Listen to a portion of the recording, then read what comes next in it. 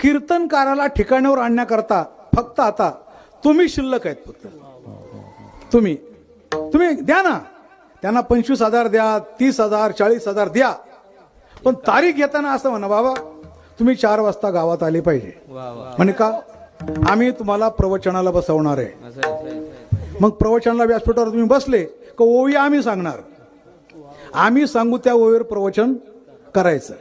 प्रवचन झालं की मग आमचा हरिपाठ असतो, आम्ही तुमच्या गळ्यात विना देऊ का? तुम्ही पुढं म्हणायचं आणि आम्ही मागं म्हणायचं. तुमच्या पाठीकीने पाहायला पाहिजे ना. मग हरिपाठ झाला की मग जेवण, मग कीर्तन.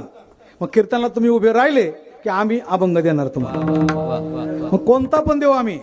हा, पती जन्माला माझे उदरी, नाहीतर मग कृष्ण पीत, असे कुठला अभंग घेऊ आणि त्या अभंगावर तुम्ही कीर्तन करायचं. कीर्तन झाल्यावर जायचं नाही.